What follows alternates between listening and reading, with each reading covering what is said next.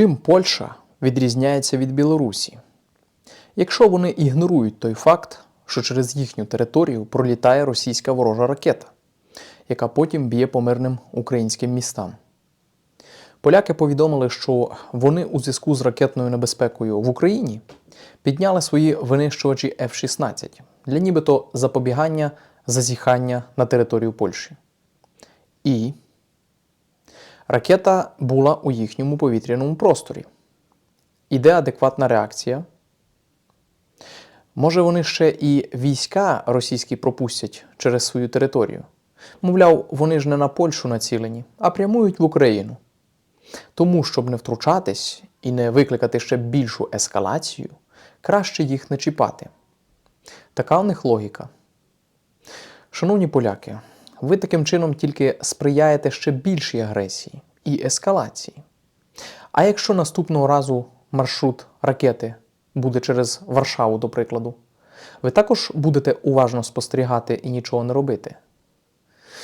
Коли вашу територію використовують для атаки по Україні, ви таким чином прямо берете участь у цій атаці на наші мирні міста. Інакше це назвати не можна. Ви таким чином даєте право ворогу використовувати вашу територію для обходу і заплутування нашого ППО, чим самим сприяєте ворогу.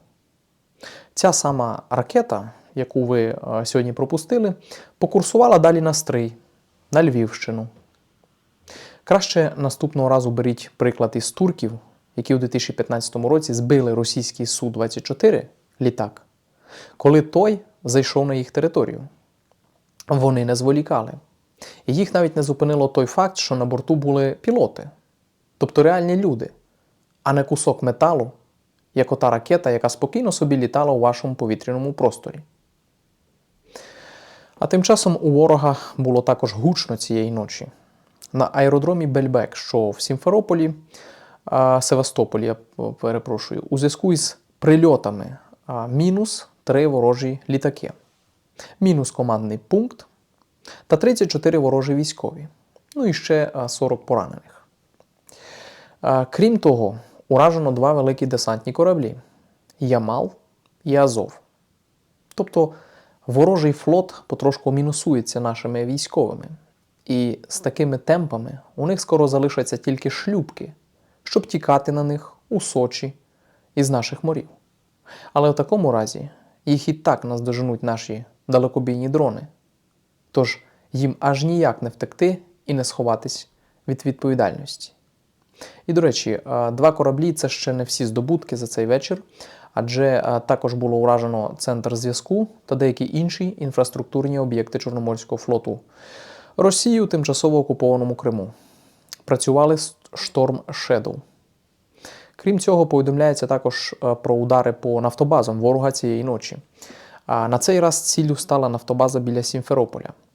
Тож, як ви бачите, прохання американців не бити по нафтовій промисловості ворога не було взято до уваги Україною. Адже було б смішно, якби нам хтось смів диктувати умови, як ми повинні воювати із своїм ворогом, а тим паче на своїй території. Якщо союзники за 2 роки не змогли за допомогою жорстких санкцій, а також передачі нам всієї необхідної зброї, припинити цю війну, то і диктувати нам умови ведення цієї війни вони також не мають жодного морального права. Виростуть ціни на пальне? Так відмовтесь повністю від торгівлі з Росією. Заблокуйте їм всі можливі варіанти для бізнесу. Повна ізоляція Росії, як, до прикладу, Північної Кореї, це єдиний вихід цивілізованого світу, якщо вони не прагнуть і не хочуть прямого зіткнення. Адже між Росією і Північною Кореєю немає жодних відмінностей. Навіщо взагалі фінансувати Росію, яка і так всі свої кошти залучає, витрачає на свою злочинну війну проти України? Ви ж із злочинцем в реальному житті не розбудовуєте спільний бізнес, до прикладу, чи не ведете там взагалі будь-які справи, а судите його і саджаєте в тюрму. Тож не зволікайте, а вже нарешті ізолюйте Росію від цивілізованого світу, причому повністю і негайно. Ну а ви поки підпишіться, поставте лайк цьому відео та бережіть себе.